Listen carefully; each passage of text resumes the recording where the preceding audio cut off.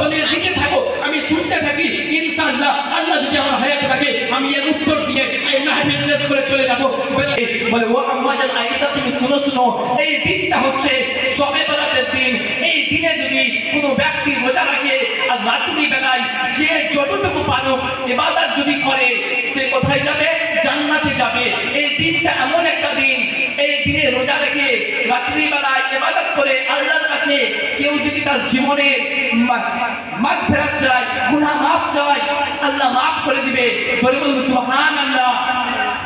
তাহলে বেরাদার ইসলামিয়া মুআজ্জাজ সামাইনে কিরাম, এখান থেকে বোঝা গেল এই শবে বরাতকে কেন্দ্র করে রোজা রেখে কেউ জাহান্নামে যাবে না, কেউ জাহান্নামী হবে না। ও দুনিয়ার মানুষ, বেরাদার ইসলামিয়া মুআজ্জাজ সামাইনে কিরাম শুনো, সেই ইয়াসিন ভুরির মতো সে হারামখোর বলে এই শবে বরাতকে কেন্দ্র করে কোনো ব্যক্তি যদি রোজা রাখে সে নাকি জাহান্নামে যাবে। আমি বলি সেই ভুরির মতো ইয়াসিন, সে দাবচুল ইয়াসিনের কানুন নয়, এই দাবচুল ইয়াসিনের এই শরীয়ত নয়। এই শরীয়ত হচ্ছে মুস্তাফার, এই শরীয়ত হচ্ছে মুস্তাফা জানের রহমতের, সামিয়া বাদুল হিদায়াতের। আসুন ওপেন চ্যালেঞ্জ করে গেলাম, এই কালিয়াচক সরজমিনের কোন ব্যক্তি যদি, কোন মোল্লা যদি, কোন মৌলবি যদি বাপের ডাকা হয়ে থাকে, পাওয়ার থাকে, তাহলে আসুন ওপেন চ্যালেঞ্জ করলাম, কোন হাদিসের মধ্যে, কোন কিতাবের মধ্যে, কোন বইয়ের মধ্যে রয়েছে এই শবে বরাতকে কেন্দ্র করে রোজা রাখলে সে জাহান্নামে যাবে। আমি কারি আব্দুল আজিজ ওপেন চ্যালেঞ্জ করলাম, আমি এইখানে বসে আছি, কোন কাট মোল্লা, কোন মানুষ, কোন ব্যক্তি, কোন মুফতি, মৌলবি, মুহাদ্দিসের মধ্যে পাওয়ার থাকলে, ক্ষমতা থাকলে আসুক বই নিয়ে, কিতাব নিয়ে এসে দলিল দিয়ে প্রমাণ করে দেখিয়ে দেব। বেরাদারান ইসলামিয়া মুআজ্জাজ সামাইনে কিরাম, এই শরীয়তকারের বাপের নয় বললেই হয়ে যাবে না। এই শবে বরাতকে কেন্দ্র করে রোজা রাখলে জাহান্নামে চলে যাবে।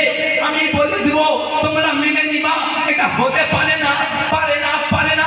কারণ শরীয়ত হচ্ছে মুস্তাফা জানের রহমতের, এই কানুন হচ্ছে আল্লাহ তাবারক ওয়া তাআলা দেওয়া কানুন।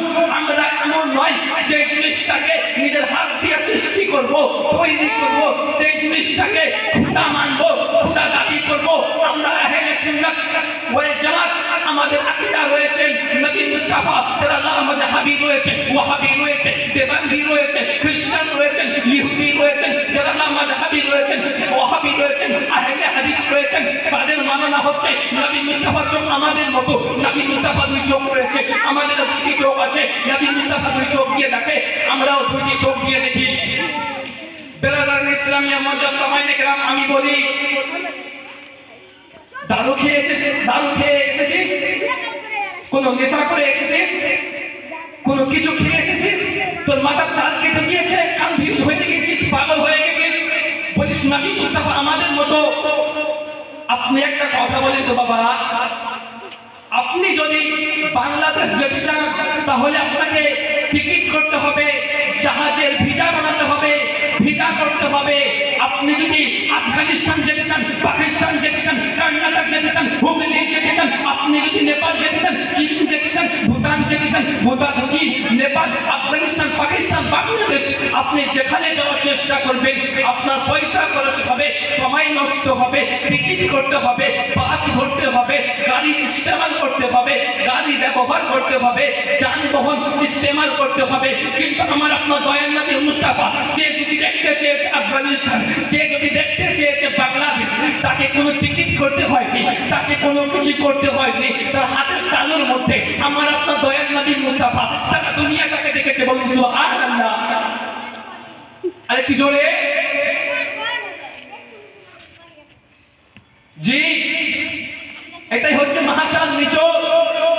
আপনারা বাংলাদেশ যাবে, আপনাদেরকে টিকিট করতে হবে, ভিসা বানাতে হবে, 2 থেকে 3 দিন সময় লেগে যাবে। কলকাতা যাবে, সেখানে জন্য আপনাকে ভিসা বানাতে হবে, টিকিট করতে হবে, 4 ঘন্টা সময় লেগে যাবে।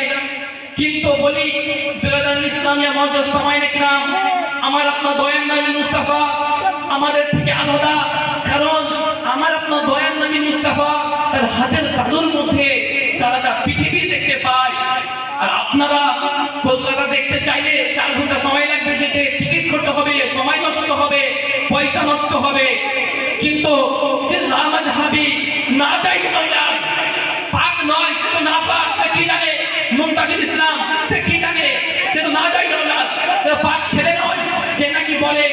নবী মুস্তাফা চোখ আমাদের মতো, নবী মুস্তাফা আমাদের মতো চলে। আমি বলি আবে জাহিল, কিছু জানিস তুই?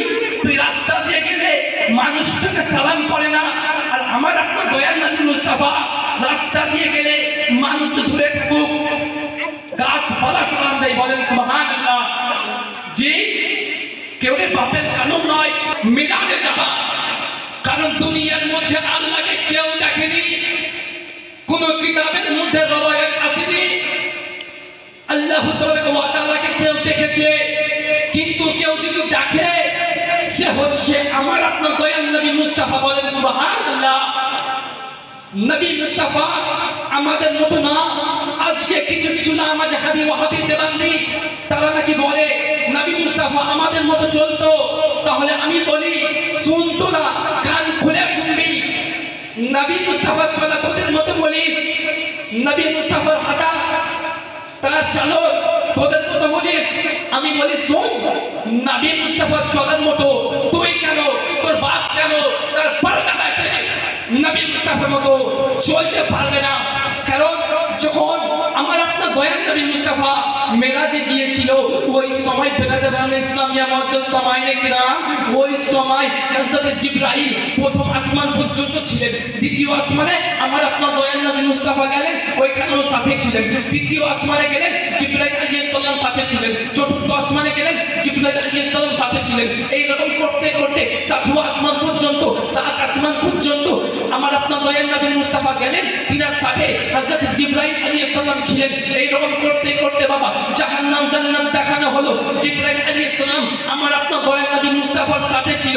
এরপরে পরে যখন আল্লাহ তাবারক ওয়া তাআলার সাথে দেখা করার ঘর চলে আসলো, যে দরজাটা ছিল বাবা, যে গেটটা ছিল, যে গেটটা ক্রস করে, যে গেটটা পার হয়ে নবী মুস্তাফা আল্লাহ তাবারক ওয়া তাআলার সাথে দেখা করবে, যখন সেই গেটটা আসে বাবা, জিবরাইল আলাইহিস সালাম বলে I can you later you go. বলেন ইয়া রাসূলুল্লাহ আপনি যান, আমাকে আসবের জন্য বলিয়েন না, কারণ আমি আপনার মতো না, আপনি আমার মতো না।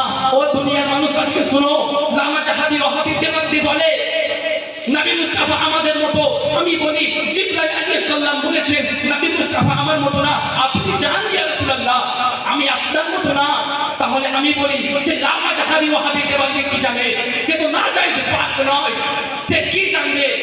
সে কি জানে? সে বলতে নবী মুস্তাফা আমাদের মতো। সে ইয়াসিন দাবচল ভুরি মোটা হারামখোর, সে বলে নবী মুস্তাফা আমাদের মতো, অন্য কারোর মতো না, আমাদের মতো। আমি বলি সে লামাযহাবী ওয়াহাবী দেওবন্দি হারামখোর ছেলে কি জানে? সে কিছু জানে? কলকাতার পাশে তার বাড়ি, মুমতাজুল ইসলাম হারামখোর, তার বাপ তো না যায় দৌলত, সেও না যায় দৌলত, সে কি জানে? সে কি জানে বলবে নবী মুস্তাফা আমার মতো? আমি বলি কোন মুফতি মুহাদ্দিসের মধ্যে পাওয়ার থাকলে, ওপেন চ্যানেল থাকলে সোশ্যাল সরজমিনে চলে আসবে আমার সাথে। কোন মুলবিকে নিয়ে আসবে, নিয়ে আসবে, কোন বই এসে প্রমাণ করবে, দলিল দিবে, আমি আমার বই নিয়ে আসবো, আমি আমার মুফতি নিয়ে আসবো, তুমি তোমার মুফতি নিয়ে আসো, প্রমাণ করাকরি হবে। দেখি কার কত পাওয়ার রয়েছে, কে বাপের বেটা রয়েছে, কে জায়েজ আওলাদ রয়েছে, কে পাক আওলাদ রয়েছে, কে পাক ছেলে রয়েছে, দেখা যাবে। আজকে বাবা কিছু কিছু মুসলমান রয়েছে দেওবন্দির মেয়েকে নিজের বাড়িতে বিয়ে দিয়ে, নিজের ছেলের বিয়ে দিয়ে নিয়ে আসে। তোরা কি মাপ পেয়ে যাবি ভাবিস? তোরা বুঝিস না কাল কিয়ামতের ময়দানে জাহান্নামের আলামত ভুলে গেছিস? জাহান্নাম বলে তোদের মনে নাই, মৃত্যু বলে ভুলে নিয়েছিস। আল্লাহ তাবারক ওয়া তাআলা কোরআনের মধ্যে ইরশাদ করেছেন কুল্লু নাফসিন যায়কাতুল মাউত, বেশক প্রত্যেকটা নফসকে মৃত্যুর মজা চাখতে হবে, মৃত্যুর স্বাদ গ্রহণ করতে হবে, মৃত্যু বরণ করতে হবে। আমি নাপাক ছেলে তোরা ভুলে গেছিস মরতে হবে। আজকে লামাযহাবীর মেয়েকে তোদের বাড়ি বিয়ে দিয়ে আনিস, তোরা ওর হাতে খাস, ওর হাতে জল পান করিস। আমি বলি লামাযহাবীর মেয়ের সাথে আপনি বিয়ে দিচ্ছেন, বিয়ের পর যে সন্তান এই দুনিয়ার মধ্যে আসবে, যে ছেলেটা এই দুনিয়ার মধ্যে আসবে, সেই ছেলেটা নাপাক ছেলে হবে। ও বেরাদার ইসলাম মুআজ্জাজ সামাইনে কিরাম, আপনি ওয়াহাবীর মেয়েকে বাড়িতে নিজের ছেলের বিয়ে দিয়ে বাড়ির মধ্যে নিয়ে আসছেন, সে তো নাপাক, সে তো না চাই আওলাদ। আর আপনি সেই মেয়ের বাবাকে, সেই লামাযহাবীকে ওয়াহাবী দেওবন্দি গলায় হাত দিয়ে সামদি বানিয়ে চায়ের দোকানে চা পান করতে যাচ্ছেন, চা খেতে যাচ্ছেন, বন্ধু বানাচ্ছেন, পাশে বসে চা খাচ্ছেন, আপনি ভুলে গিয়েছেন আপনাকে মরতে হবে। বাবাজি মাহাসাল নিচো কথার মানে এটাই হচ্ছে সে কলকাতার পাশে তার বাড়ি, হারামখোর মুমতাজুল ইসলাম ইয়াসিন তাবজো, তারা বলে নবী মুস্তাফা আমাদের মতো। আমরা বলি আমরা আহলে হাদিস নয়, আমরা লামাযহাবী নয়, আমরা দেবাঙ্গী নয়, আমরা খ্রিস্টান নয়, আমরা ইহুদি নয়, আমরা হচ্ছে আহলে সুন্নাত ওয়াল জামাত। আমাদের আকীদা রয়েছে তেরে নসলে পাক মে है बच्चा बच्चा नूर का तू है ये नूर तेरा सब घराना नूर का। নিজেকে আহলে হাদিস দাবি করে, আমি বলি তোরা হাদিসের একটা লাইন পড়তে পারবি না আর নিজেকে আহলে হাদিস বলে দাবি করিস। তোর বাপ এসে একটা হাদিসের অক্ষর পড়তে পারবে না, উচ্চারণ করতে পারবে না আর নিজেকে আহলে হাদিস দাবি করিস। হাদিস মানে বুঝিস হাদিস মানে কি? হাদিস কাকে বলে? হাদিস কাকে বলা যায়? তোর বাপকে যে জিজ্ঞাসা করবি, তোর বাপকে যে মুমতাজুল ইসলামকে যে জিজ্ঞাসা করবি হাদিস মানে কি, হাদিস কাকে বলা যায়, হাদিসের অর্থ কি, হাদিসের বর্ণনা কি, হাদিসের তারিফ কি, হাদিস মানে কি, তোর বাপ মুমতাজুল ইসলাম বলতে পারবে না আর তুই নাকি এরকম করে বলিস সেই তাবজুল ইয়াসিন ভুলি মোটা হারাম। আমি একটাই কথা বলতে চাই, আজকে এই সমাজটা নষ্ট হয়ে গিয়েছে।